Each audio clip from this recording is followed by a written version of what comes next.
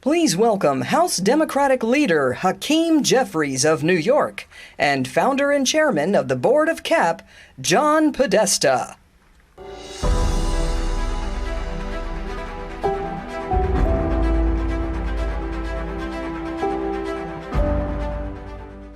Leader, welcome back to the CAP Ideas Conference. Morning. Great to be here. Yeah, it's a real honor for us to have you here.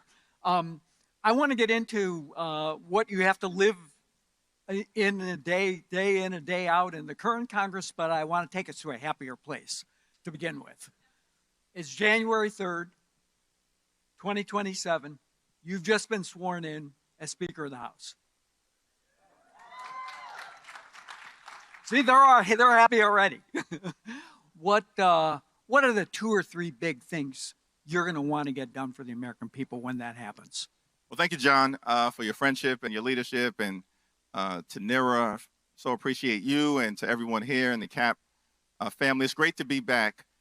You know, I think our focus, and we're going to continue to relentlessly make this clear over the next few months in advance of taking back control of the House of Representatives. And then when we do, in the next Congress, we want to focus on cost, we want to focus on care, and we want to focus on combating corruption. But right at the top of that list is the economy, lowering the high cost of living, dealing with the fact that far too many everyday Americans are struggling to live paycheck to paycheck, can't thrive, and can barely survive. This in the wealthiest country in the history of the world, and it's unacceptable. And the American people have been crying out for this administration or this Congress to do something about lowering the high cost of living, and they failed.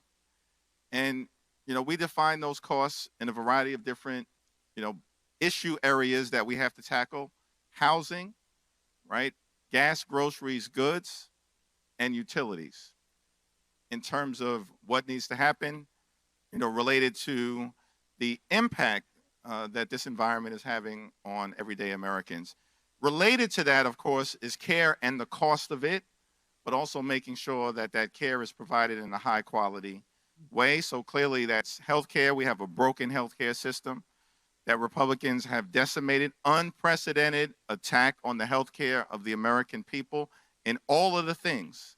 That's on Medicaid, of course, the largest cut to Medicaid in American history, the attacks on hospitals and nursing homes, community-based health clinics, the Affordable Care Act, vaccine availability, the National Institute of Health, the Centers for Disease Control, the FDA, all of the things, unprecedented attack on the healthcare of the American people.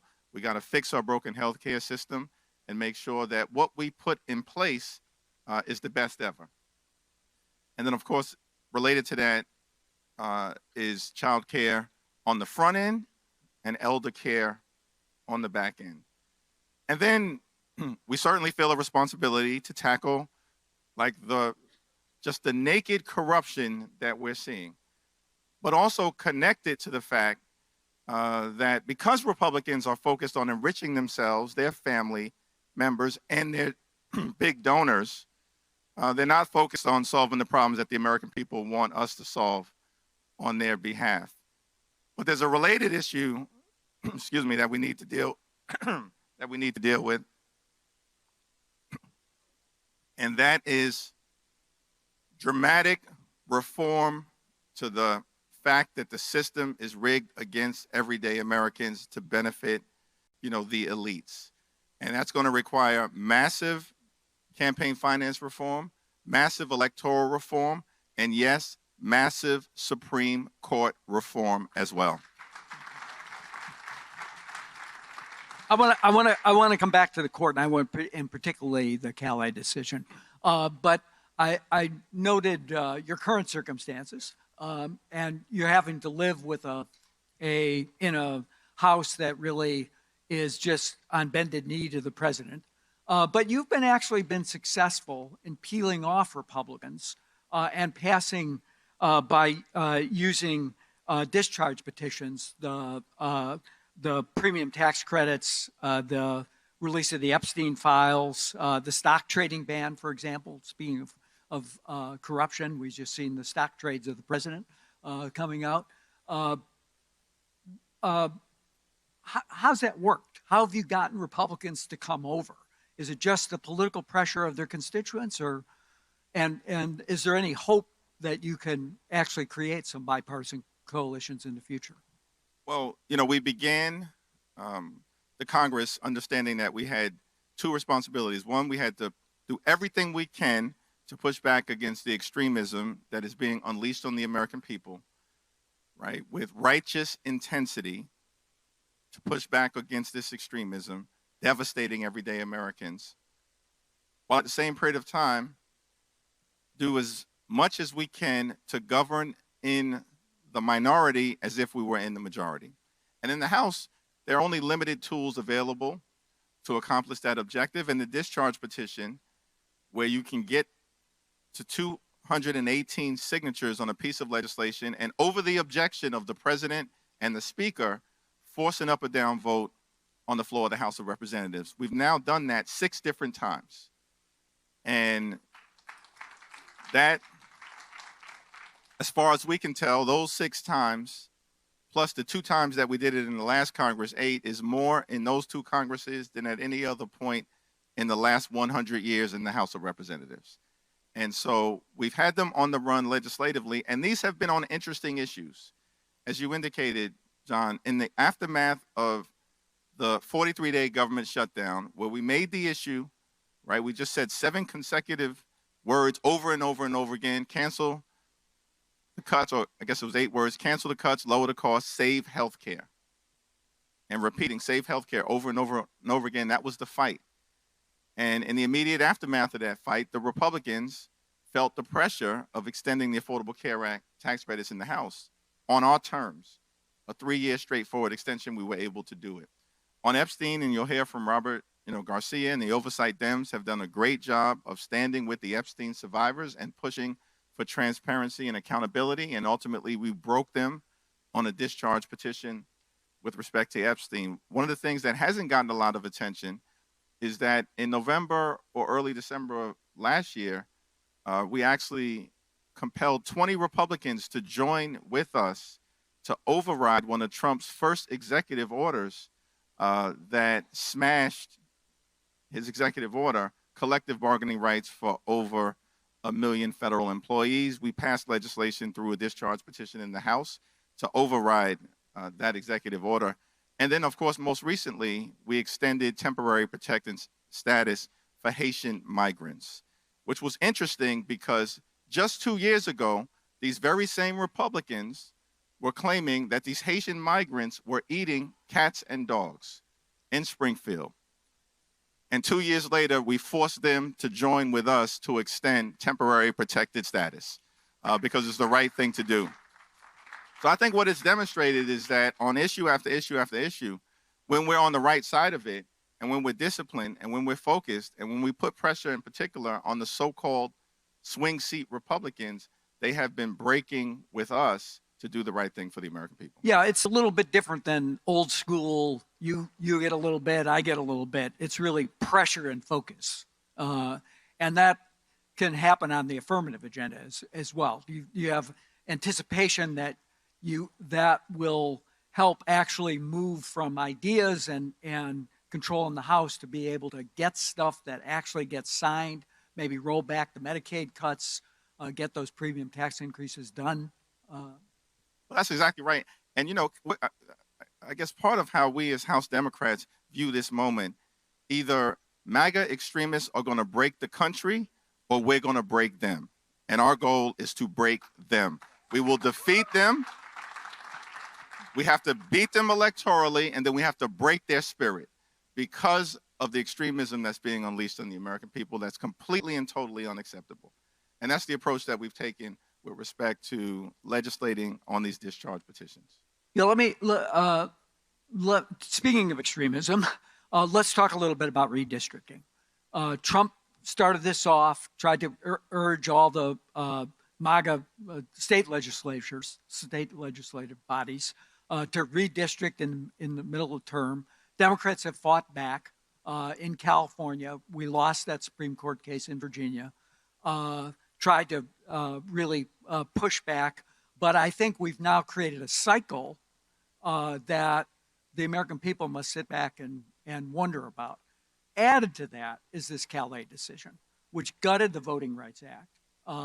They had done a lot already to weaken the Voting Rights Act, endorse extreme partisan redistricting, but going forward, what's the strategy to get a level playing field in the elections? Yeah, well, because of the Republican gerrymandering scheme had been a complete and total failure, with Democrats fighting back aggressively until they were aided and abetted by the Calais decision and an egregious decision by the Virginia Supreme Court, 4-3 decision, partisan decision, completely unacceptable, to overturn the will of more than 3 million Virginia voters. Now, we're still going to win 2 seats minimum in Virginia, and then we're going to work as hard as we can in advance of 2028 to restore that 10-1 map, because that's what the voters decided would be appropriate moving forward.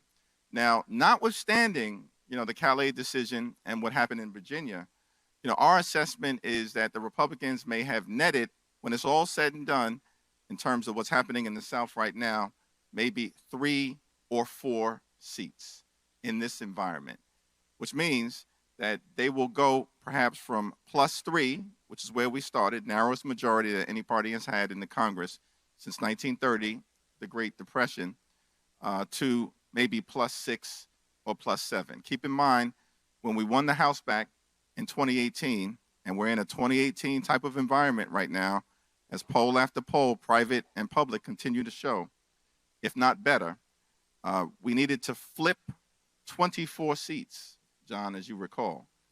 With the help of many of the people in this room and people all across the country, we flipped 40.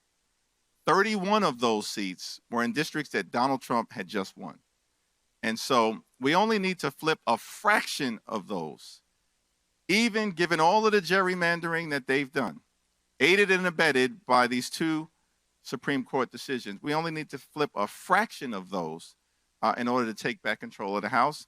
And I can tell you right now, as a guarantee, we are taking back control of the United States House of Representatives in November. But then our work is not done. Republicans had a structural advantage, which is why they launched this gerrymandering scheme, because so many of our states had commissions built into the law or constitutional impediments to being able to redraw districts in this cycle that have to be unwound. And in most state legislatures, California was an exception.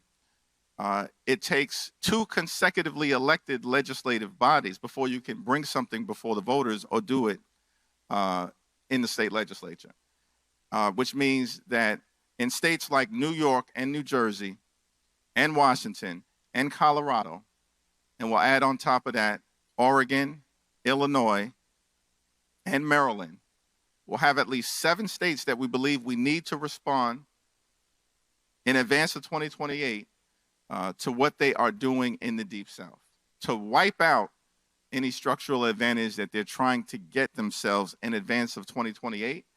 And we'll have some opportunities in legislative bodies across the country where we're only 1 or 2 seats short of a trifecta to be able to explore what can be done. And we still have pending litigation in Wisconsin where we're waiting on the Wisconsin Supreme Court to act. And so we look at this as a 2-step process, right? We'll finish the job in 2026. We'll take back the House. And then we've got to make sure in these states all across the country we'll have a renewed opportunity to respond, because you'll have 2 consecutively elected legislatures. And in many of these places, like New York, they'll act in the first instance this year and then come back in January, early next year. They'll act again. And then we'll have new maps in these states all across the country to wipe away any advantage that they may try to gain by going into further states in the Deep South. In the past, Democrats, not so much in the House, but in the White House and in the Senate, have been criticized for not focusing as much on judges and the Supreme Court in particular as the Republicans done. Is there anything we can do about that at this stage? Do you anticipate trying to find a way to either through term limits or other ways to reform the court, which has been just so partisan, lowers its standing with the American people? Yeah, in my view, listen, all options are on the table. And, that effort will be led, by Jamie Raskin, no finer constitutional scholar you'll find in this country, who will be the chair of the Judiciary Committee, and the Democrats on the Judiciary Committee as it relates to what needs to be done to ensure that we don't have a Supreme Court that in far too many instances, they're operating like partisan political hacks, right? Trying to advance the interests of the Republican Party. And by the way, we should take a step back. And Eric Holder had an op-ed today where he laid out several of the things that I think need to be on the table in terms of Supreme Court reform. But perhaps the original, most recent sin from this Supreme Court was granting this president blanket immunity, which has given him the ability to operate with impunity, unleashing corruption that we've never seen in the history of the country. I mean, Donald Trump makes Richard Nixon look like a choir boy. It's outrageous, and it's hurting the American people. And we're seeing it with the billion-dollar ballroom now. We're seeing it with the multi-billion-dollar slush fund for violent insurrectionists who brutally beat police officers. And we're seeing it with the more recent disclosures of the stock trading ban. And when we talk about cleaning up corruption, we want to do it across the board. Our own institution, the Supreme Court, which needs an ethical code of conduct imposed upon them. And of course, the White House, which is a Trump cartel, an organized crime entity that is unfolding in 1600 Pennsylvania Avenue. There's no other way to say it. And the American people know it. And we can start by prohibiting the ability for members of Congress, for the president and the vice president, and for Supreme Court justices to trade stocks. Great. We're out of time, but I want to give you one shot at Robert Garcia is going to be here later. But there's kind of a free fire zone out there on oversight going into a new Congress. What are the priorities? I think maybe you just laid them out on the corruption side. There's the war in Iran. There's the bad policy decisions. How do you organize the House to actually tell a story of the American people? Well, I think our fundamental premise is that taxpayer dollars should be used to make life more affordable for the American people, to improve their quality of life, not to unleash masked, untrained ICE agents to brutalize or kill American citizens, as we horrifically saw, not to fund a reckless and costly war of choice that has increased, gas prices on the American people. And certainly we shouldn't see taxpayer dollars used, to subsidize the lifestyles of the rich and shameless who are connected to Donald Trump, right? As part of a friends and family plan that he is unleashed on the American people in real time, hiding in plain sight. And so I think in terms of our oversight responsibilities in this corruption piece, I think it's the American people intrinsically believe the system is broken, is rigged, and is corrupt.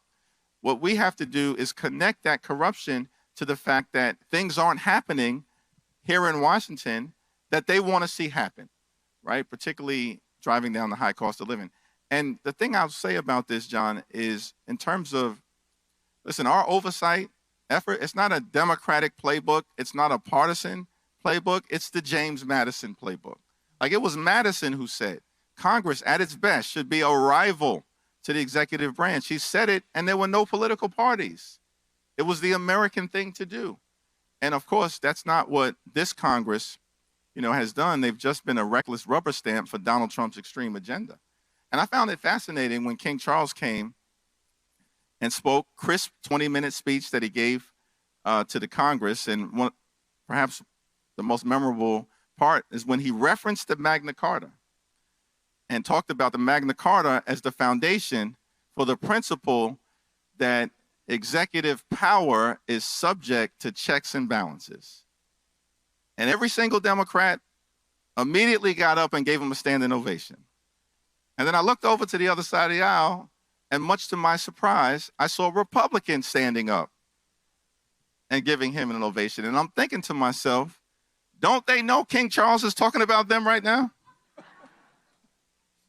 But checks and balances, that's an American thing. It's not a partisan thing. It's a Madisonian thing. It's the framers' vision for what the Article 1, first amongst equals, branch of government should be.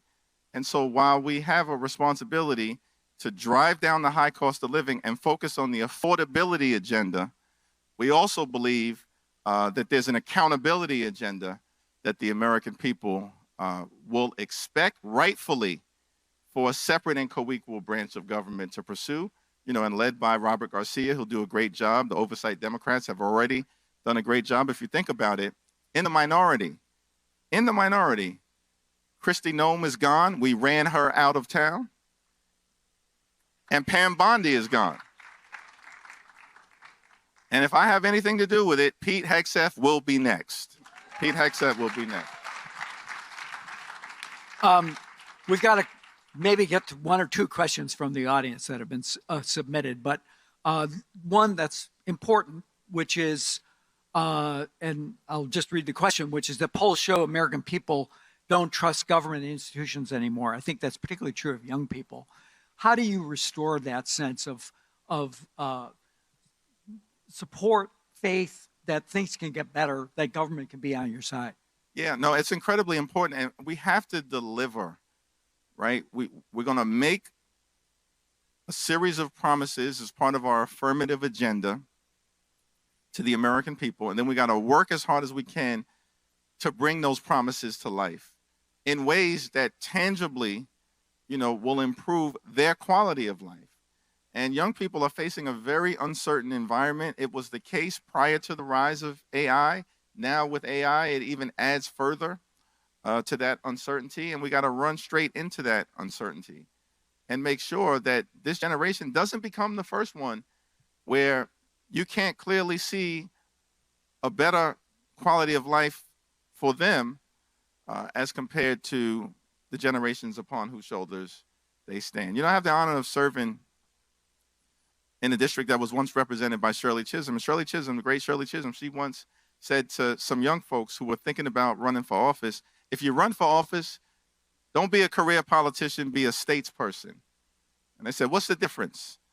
And she said, well, a career politician is only concerned with the next election, but a statesperson cares about the next generation. And we've got to make sure that we deliver for this generation of young people and future generations to come. We say it, we feel it, but we have to mean it in terms of the actions that actually occur to bring that to life. And I think, that's the responsibility that we all shoulder. We know it's a heavy responsibility, but we plan on delivering, like the Democratic Party going all the way back to FDR has. We've done it before.